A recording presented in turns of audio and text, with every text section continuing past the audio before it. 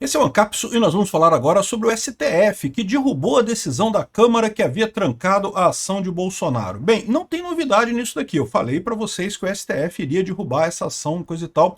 E o fato de ter derrubado tão rápido, de ter dado tempo de nada, de já logo em seguida ter feito isso, mostra mais uma vez aquilo que eu falo para vocês.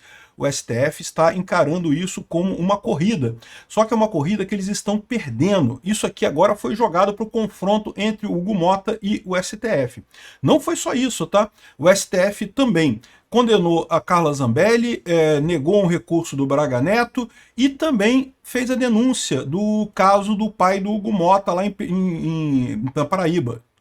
Além dessa decisão, foram outras 3. Ou seja, o STF claramente está dizendo, vem cá que nós vamos brigar. E eu acho isso bom, porque a verdade é que o Congresso tem maneiras de brigar com o STF, sim, e pode criar mais fatos desse tipo daqui para frente, sim.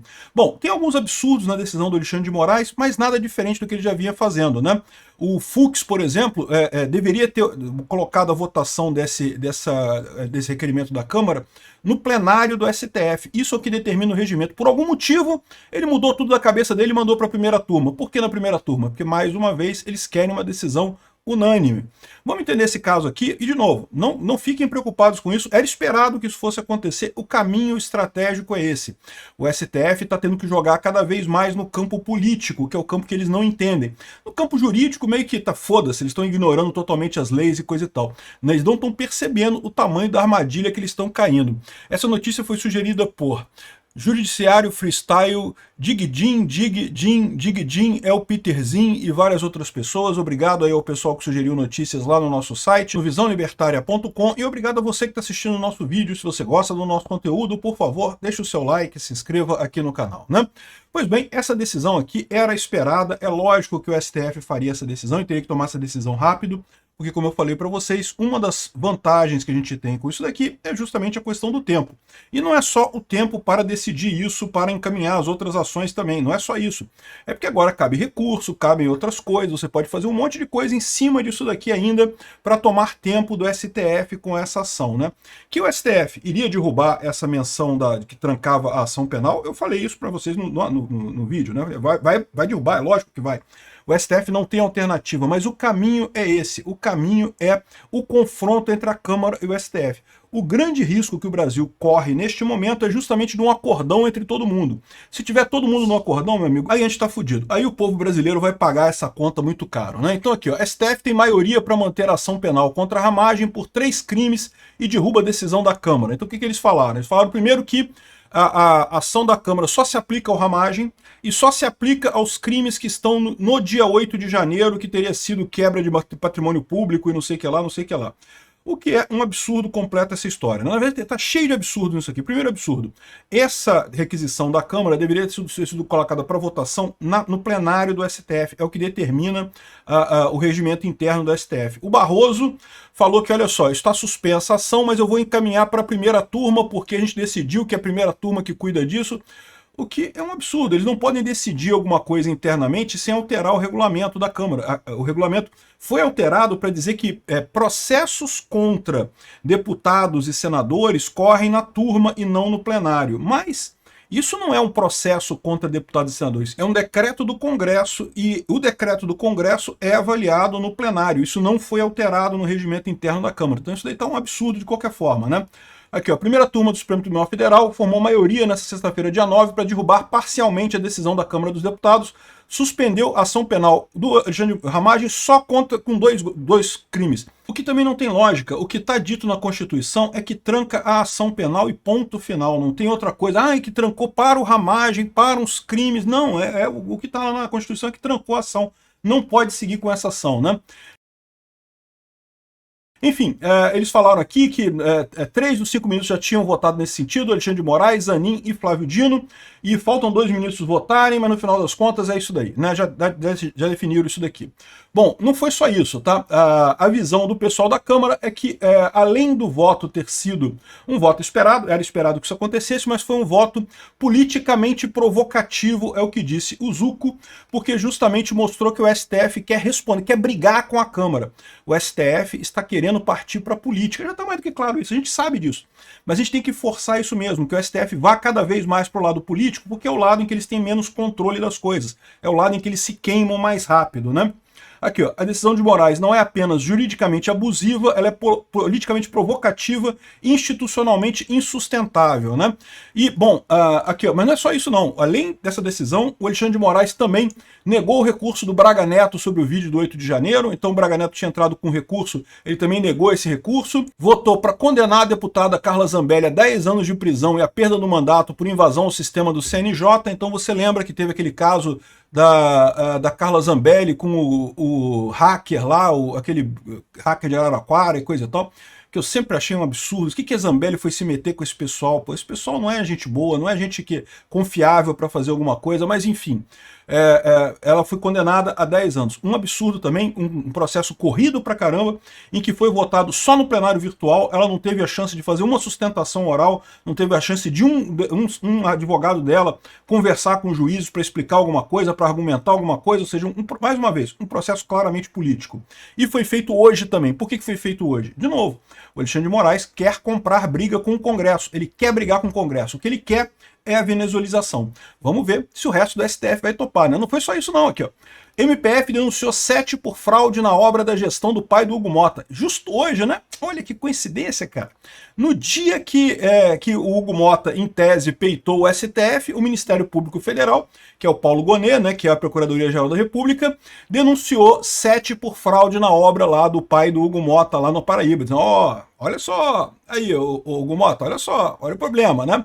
Ou seja, claramente o STF está partindo para o confronto com o Congresso. Eu acho que é isso daí mesmo, temos que partir para o confronto, não vai ter jeito. A saída disso daí vai ser o confronto político, né? É o que acha o André Marsiglia também aqui, ó.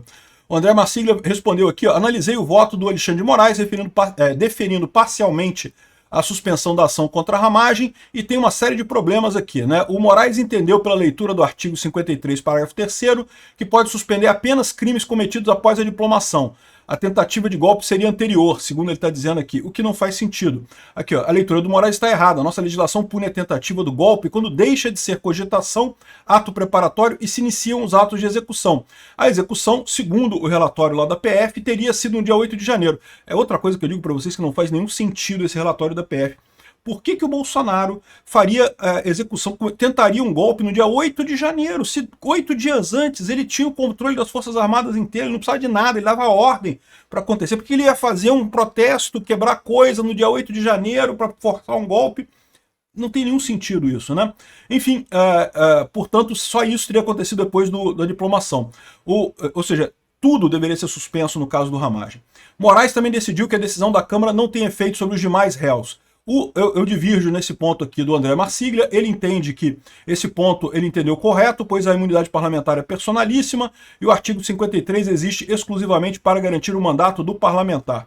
Eu discordo, o artigo 53 existe para evitar atos ditatoriais como aconteceram na época da ditadura militar de 64 e em outras ditaduras do Brasil, como no de Getúlio Vargas também, em que justamente há perseguição de oposição pela justiça, através do meio judicial. O artigo 53 antes de mais nada, não é apenas para proteger o parlamentar, é para lutar contra ditaduras, e não é por acaso que é um artigo que pode ser usado neste momento contra o Alexandre de Moraes. Então, eu discordo dele nesse entendimento, mas ok, é o entendimento dele, né? Não há expectativa de divergência, o voto de Moraes é o espelho do ofício do Zanin, não sei o que lá e coisa e tal. E não teve pedido de destaque de nenhum ministro, o que levaria o caso para o plenário físico, então todos fizeram a concordância no plenário virtual, ou seja, no final das contas, aqui, olha a conclusão dele. Dentro do campo jurídico, a discussão fica limitada. O Congresso só conseguiria fazer o STF recuar ou negociar se o pressionasse pautando temas indigestos à corte, como anistia, impeachment de ministros ou fazendo alguma PEC sobre o tema, mas para isso o Congresso precisa estar institucionalmente unido para mostrar força. O que ele quer dizer com isso? Hugo Motta precisa embarcar nesse negócio. Eu acho que não vai ter jeito, o Hugo Motta vai ter que fazer isso. Se não for dessa vez, vai acontecer em algum momento. Por quê? Porque o povo brasileiro quer que o Congresso bata com o STF. Os deputados sabem que o povo brasileiro quer isso. E sabem também que 2026 está chegando. É a corrida. Estamos todo mundo na corrida. Os deputados sabem que precisam fazer coisas rápidas contra o STF. E nessa história, a situação do Hugo Mota vai ficar insustentável. Ou ele faz alguma coisa, ou ele vai perder totalmente a credibilidade dele, né? Aqui, ó, aconteceu o óbvio, serve para mostrar aqui, ó, STF tem maioria para manter a ação penal contra Ramagem. Só para confirmar aqui, né? O confronto STF e Congresso, caso siga, deverá ser no campo da política, no jurídico é inviável. Ou seja, o Congresso tem que tomar ações contra o STF, aprovar anistia, aprovar outras ações. Aí você fala assim, pô, mas o que adianta se aprovar outras ações, se aprovar outras PECs? O STF vai tornar inelegível também, vai tornar impossível também, mas cada vez que ele faz isso, eles perdem um pouco da credibilidade deles. Fica mais óbvio para todo mundo que o STF está agindo politicamente. Então, por que eles botaram um monte de coisa no mesmo dia? Para dar um porradão no Congresso? Ó, fica quieto aí. Fica quieto aí, obedeça o STF, que é quem está mandando no Brasil agora. Se o Hugo Mota botar o rabinho entre as pernas e obedecer, fudeu, chegamos no nível Venezuela, aqui, ó. Chegamos no nível Venezuela, já tá o pessoal falando aqui, ó. Aqui, ó, o Marcel Van Hatten falou aqui, Alexandre de Moraes e STF mais uma vez afrontam o poder legislativo enquanto ignoram a decisão soberana da Câmara e mantêm a ação penal contra a Ramagem. Espero uma resposta contundente do Hugo Mota contra mais esse abuso. E esse daqui é o medo que eu tenho, porque daqui a pouco o STF vai dissolver o Congresso dizendo que o Congresso está dando um golpe no Brasil e não sei o que lá. Não descarta essa coisa, eu falei para vocês, esse pessoal está desesperado, eles sabem que não tem sustentação nenhuma. O meu grande medo é esse. No campo político eu estou tranquilíssimo. Vamos ganhar essa parada do STF, não tenho dúvida nenhuma. Quanto mais o STF se expõe politicamente, maior é a bancada que a gente vai eleger em 2026 para tirar esses idiotas de lá.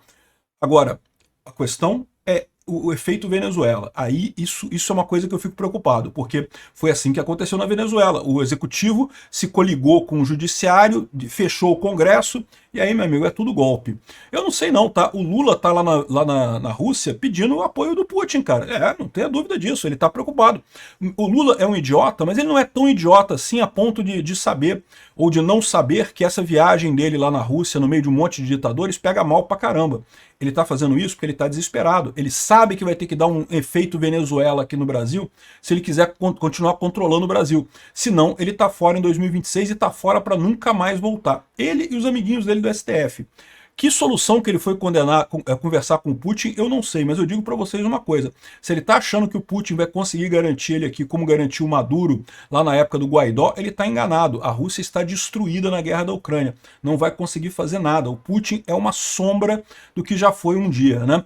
Então, eu não tenho tanto medo assim. Eu ainda acho que o Brasil tem instituições capazes de impedir esse tipo de coisa. Mas agora, o confronto é inevitável. Temos que botar esses dois para brigar para ver no que dá.